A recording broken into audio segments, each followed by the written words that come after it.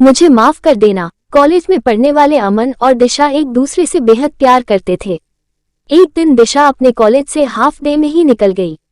College से बाहर आने के बाद उसने अपने बॉयफ्रेंड अमन, जिसका घर उसके स्कूल के पीछे ही था, उसको कॉल किया और कहा कि गेट पर आकर उसे बाइक से उसके घर छोड़ दे। अमन ने दिशा से कहा, ओके, मैं 5 मिनट में आता हूँ। दिशा पिछले 25 मिनट से कॉलेज के बाहर खड़ी रही, लेकिन अमन नहीं आया। गुस्से से लाल दिशा ने देखा कि पूरे 30 मिनट बाद अमन बाइक लेकर उसके पास आया है। दिशा, अब क्यों आए हो?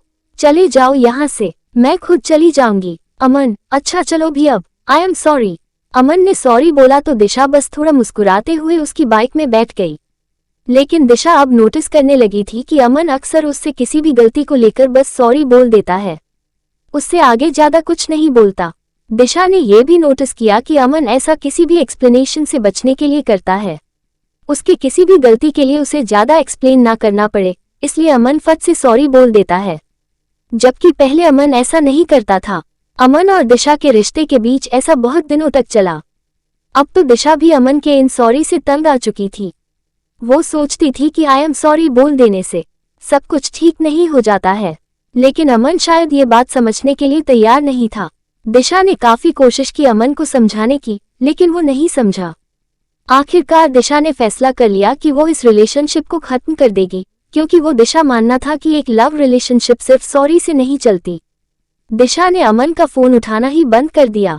इस बात को 2 महीने बीत चुके थे, लेकिन दिशा अमन से इतना प्यार करती थी, वो उसे भुला नहीं पाई। फिर एक दिन दिशा अमन से मिलने उसके कॉलेज के बाहर गई। जहां उसे मालूम हुआ कि अमन महीने से कॉलेज नहीं आ रहा है, दिशा घबरा गई। उसने अमन को कॉल किया तो उसका नंबर भी बंद आया। घबराई हुई दिशा अमन के बेस्ट फ्रेंड के पास गई। वहां से मालूम पड़ा कि अमन पिछले महीने से हॉस्पिटल में है। दिशा भागती हुई अस्पताल पहुंची, जहां उसने देखा कि अमन बेड पर लेटा हुआ है और बड़ी मुश्किल से वो कुछ बोल पा रहा है। उसे देखकर दिशा रोने लगी। दिशा को देख अमन की आंखों से भी आंसू आ गए। फिर बड़ी मुश्किल से अमन ने दिशा को कहा, आई एम सॉरी, और फिर आंखें बंद कर ली। उसके बाद अमन ने कभी आंखें नहीं खोली। कुछ दिनों बाद अमन की मम्मी को लेटर मिले थे और उसके कुछ लेटर लिए दिशा के घर आई। लेटर में लिखा था, माय डियर दिशा, बार बार तुम्हें सॉरी बोलना मुझे भी अच्छा नहीं लगता।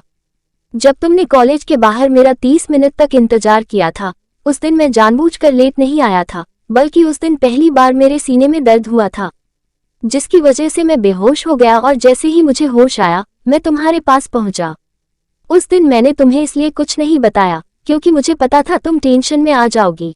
उसके बाद भी जब भी मैंने तुम्हें सॉरी बोला, उसके पीछे भी वजह थी। मेरे दिल में छेद था और इसका पता मुझे कुछ समय पहले ही लगा था। मैं भी तुम्हें बहुत प्यार करता हूँ और करता रहूंगा। काश भगवान मुझे थोड़ी और जिंदगी दे पाता ताकि मैं तुम्हारे साथ कुछ और वक्त बिता सकता। खैर, मेरे सॉरी बोलने की वजह से अगर मैंने तुम्हें डेक पहुंचाया तो मुझे माफ कर देना। लेटर पढ़कर दिशा के आंसू थमने का नाम ही नहीं ले रहे थे। दोस्तों, इस कहानी से हमें ये सीख मिलती है कि हमें हमेशा अपने करीबी और प्यार करने वालों को समझने और समझाने के लिए वक्त देना चाहिए।